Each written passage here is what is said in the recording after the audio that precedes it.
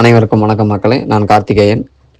Kanshika click YouTube channel மூலியமாக உங்களை மீண்டும் சந்திப்பதில் பெருமகிழ்ச்சி அடைகிறேன். இன்றைக்கி நாம் பார்க்க போகிற வீடியோ பதிவு என்னன்னு பார்த்தீங்க அப்படின்னா, 2 விஷயங்கள் நான் சொல்ல போகிறேன். எந்த மாதிரி முறையில் பார்த்திங்கன்னா பூஜை செய்யணும் ஒன்று, அதே போல் பார்த்திங்கன்னா வருகிற மகா சிவராத்திரி அன்னைக்கு 4 கால பூஜைகள் பற்றி அனைவரும் அறிந்தது. இருந்தாலும் அந்த பூஜையினுடைய சின்ன சின்ன நுணுக்கமான விஷயங்களை இந்த வீடியோவில் நான் உங்களுக்கு தெரியப்படுத்துகிறேன். வாங்க வீடியோக்குள்ளே போகலாம்.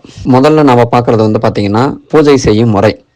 அதாவது தப்பி தவறியும் கூட பூஜை அறையில் இந்த மாதிரி விஷயங்களை செய்யாதீங்க அப்படிங்கிற ஒரு விஷயத்த நான் உங்களுக்கு சொல்கிறேன். அதுக்கப்புறம் என்ன செய்யணும் அப்படிங்கிற பாசிட்டிவான விஷயங்களையும் நான் சொல்கிறேன்.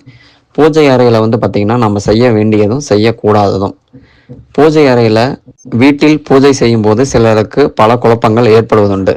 வெற்றிலைக்கு நுனியும் வாழைப்பழத்திற்கு காம்பும் அவசியம் இருக்க வேண்டும். வெற்றிலை பாக்கில் சுண்ணாம்பு இருக்கக்கூடாது. அவல் பொரி, கடலை மற்றும் கல்கண்டு நிவேதனமாக படைக்கலாம். பச்சரிசியில் சாதம் செய்து தான் கடவுளுக்கு படைக்க வேண்டும். நாகப்பழம், மாதுளை, கொய்யாப்பழம், வாழைப்பழம், நெல்லி, இலந்தை, விளாம்பழம், புளியம்பழம், மாம்பழம் ஆகிய பழங்கள் பூஜைக்கு ஏற்றவையாகும். வாழையில் நாட்டுப்பழம் மிகவும் நல்லது. குடுமி தேங்காயை சீராக உடைத்து பிறகு குடுமியை பிரிக்க வேண்டும். அழுகிய தேங்காய் இருந்தால் அதனை மாற்றி வேறு தேங்காயை உடைக்கலாம். கோணலான வழுக்கையான தேங்காய் இருக்கக்கூடாது. வழிபாட்டிற்கு முன்பாக சாம்பிராணி புகை போடுவது சிறப்பு வாய்ந்த ஒன்றாகும். சாம்பிராணி வாசம் கெட்ட அதிர்வுகளை விரட்டும் ஆற்றல் கொண்டது. கோலமிட்டு விக்கிரகங்களை சரியாக அமைத்து கொண்டு விளக்கேற்றி ஊதுவத்தி ஏற்றி அர்ச்சனை செய்து அதன்பின் கற்பூர ஆர்த்தி செய்ய வேண்டும். விநாயகரை துளசியால் பூஜிப்பது தவறு. பெருமாளுக்கு அர்ச்சதையால் பூஜிப்பதும் தவறு. சிவபெருமானுக்கு தாளம்பூ ஆகாது. திருமகளுக்கு தும்பைப்பூ ஆகாது.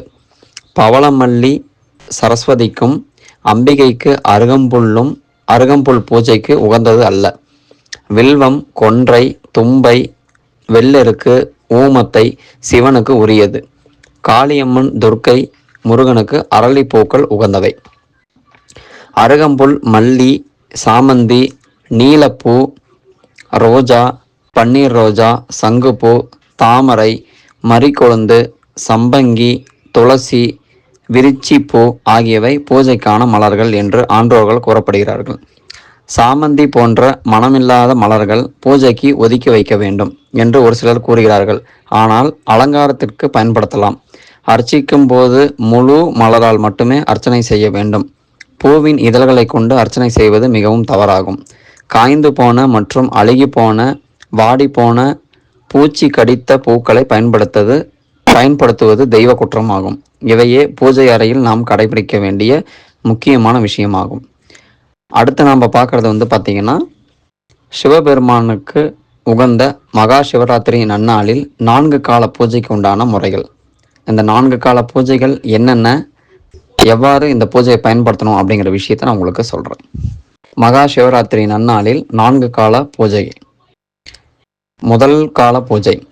வஸ்திரம் சிவப்பு வண்ண பட்டு, மாலை வில்வ மாலை, தூபம் சந்தன கட்டை தூள் தூபம், தீபம் விளக்கெண்ணெய் தீபம், நெய்வேத்தியம் பருப்பும் நெய்யும் சேர்த்த அன்னம், பாராயணம் ரிக்வேதம் மற்றும் சிவபுராணம். 2ஆம் கால பூஜை. வஸ்திரம் மஞ்சள் வண்ண வஸ்திரம், மாலை குருத்த மர இலை மாலை, துளசி அர்ச்சனை, தூபம் சாம்பிராணி குங்கிலியம் தூபம், தூபம் சாம்பிராணி குங்கிலியம் தூபம், தீபம் இலுப்பை எண்ணெய் தீபம், நெய்வேத்தியம் பாயாசம், பாராயணம் யஜுர்வேதம் 8வது திருமுறையில் கீர்த்தி திருவகவல். அடுத்து 3ஆம் கால பூஜை. வஸ்திரம் வெள்ளை நிற வஸ்திரம், மாலை கிழுவை இலை மாலை, விழா இலை, ஜாதி முல்லை மாலையும் அணிவிக்கலாம். தூபம் குங்கிலிக பூக்கள் தூபம், தீபம் நெய் தீபம், நெய்வேத்தியம் மாதுளை எல் அன்னம், பாராயணம் சாமவேதம் 8வது திருமுறையில் திருவண்டக பகுதி. அடுத்து 4வது கால பூஜை.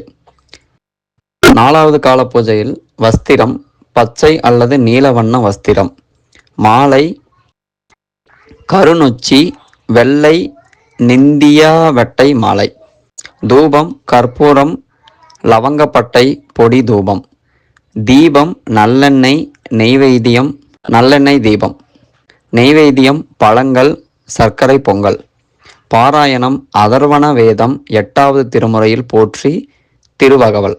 இது போன்ற மகா சிவராத்திரி திருநாளில் 4 கால பூஜைக்கான முறைகள் இந்த முறையில் பின்பற்றி மகா சிவராத்திரி சிவபெருமானை மகா சிவராத்திரி திருநாளில் சிவபெருமானை பூஜித்து ஆத்மாத்மான சிவபெருமானை அருளை பெறுவோம். இதுவே மகா சிவராத்திரி அன்று சிவபெருமானுக்கு 4 கால பூஜை நடத்தப்படும் முறையாகும்.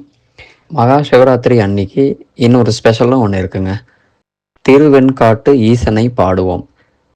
திருவெண்காட்டு தேவார பதிகங்களை சோமவாரத்திலும் மாத சிவராத்திரியிலும் திருவாதிரை நட்சத்திர நாளிலும் மனதார பாடி வேண்டிக் கொள்ளுங்கள். மங்கள காரியங்களை நடத்தி தருவார் திருவெண்காட்டு ஈசன். சீர்காழி அருகே உள்ள திருத்தலம் திருவெண்காடு. இந்த தலத்து இறைவன் ஸ்வேதாரண்யேஸ்வரர். நவகிரக திருத்தலங்களில் இது புதன் பரிகார திருத்தலம் ஆகும். இங்கு புதன் பகவானுக்கு தனி சன்னதி அமைந்துள்ளது. பாடல் பெற்ற திருத்தலம் இது. திருநாவுக்கரசர் இந்த தலத்திற்கு வந்து 3 தேவார பதிகங்கள் பாடியுள்ளார்.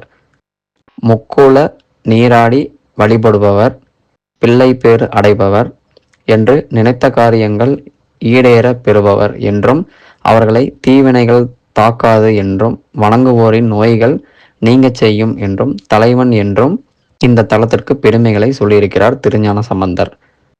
திருஞான சம்பந்தர் அருளிய பதிகங்களை பாடி இங்கே இந்த தலத்தில் உள்ள 3 திருக்குளங்களில் நீராடி சிவ தரிசனம் செய்தால் நோய்கள் நீங்க பெறலாம், பிள்ளை பாக்கியம் கிடைக்க பெறலாம், தீராத வினைகளையும் தீர்த்தருளுவார் சிவனார். அதேபோல் திருநாவுக்கரசர் பெருமானும் இந்த தலத்திற்கு வந்து தேவார பாடல்களை பாடியுள்ளார். இவர் பாடிய 2 பதிகங்களையும் பாடினால் எண்ணற்ற பலன்களை அடைய பெறலாம். இந்த பதிகங்களை பாடி சிவனாரை வணங்கி தொழுதால் தினமும் ஞானமும் முக்தியும் பெறலாம். இந்த கோயிலின் இறைவனை சுந்தரர் பெருமான் ஒரு பதிகம் பாடி போற்றியுள்ளார். இந்த பாடலின் முற்பகுதியில் சிவனாரின் சிறப்புகளை மெய்யுருகி சொல்லியுள்ளார். இந்த பதிகங்களை பாடி இறைவனை வணங்கி பிரார்த்தித்தால் இல்லறத்தில் ஒற்றுமை நீடிக்கும், பரஸ்பரம் புரிந்து கொண்டு கணவனும் மனைவியும் விட்டு கொடுத்து செல்வார்கள். மேலும் மாணிக்க வாசகர் திருவெண்காட்டு இறைவனை பாடியிருக்கிறார். திருவாசகத்தில் திருவெண்காட்டின் பெருமையையும் ஸ்வேதாரண்யேஸ்வரரின் பெருமையும் சிலிர்த்து வியந்து போற்றியிருக்கிறார். வெண்காடன் என்று பட்டினத்தார் திருவெண்காட்டு சிவனாரை போற்றி பாடியுள்ளார். திருவெண்காட்டு தேவார பதிகங்களை சோமவாரத்திலும் மாத சிவராத்திரியிலும் திருவாதிரை நட்சத்திர நாளிலும் மனதார பாடி வேண்டிக் கொள்ளுங்கள். மங்கள காரியங்களை நடத்தி தருவார் திருவெண்காட்டு ஈசன். இந்த வீடியோ உங்களுக்கு பிடிச்சிருக்கும்னு நினைக்கிறேன். லைக் அண்டு சப்ஸ்கிரைப் பண்ணி ஷேர் பண்ணுங்க. உங்களுடைய உற்றார் உறவினர்கள் மற்றும் சகோதர சகோதரிகளுக்கு ஷேர் பண்ணி இந்த ஆன்மீக பதிவுகளை உபயோகப்படுத்துங்க. இந்த வீடியோவை பார்த்து பயன்பெற்றுங்க. நன்றி, வணக்கம்.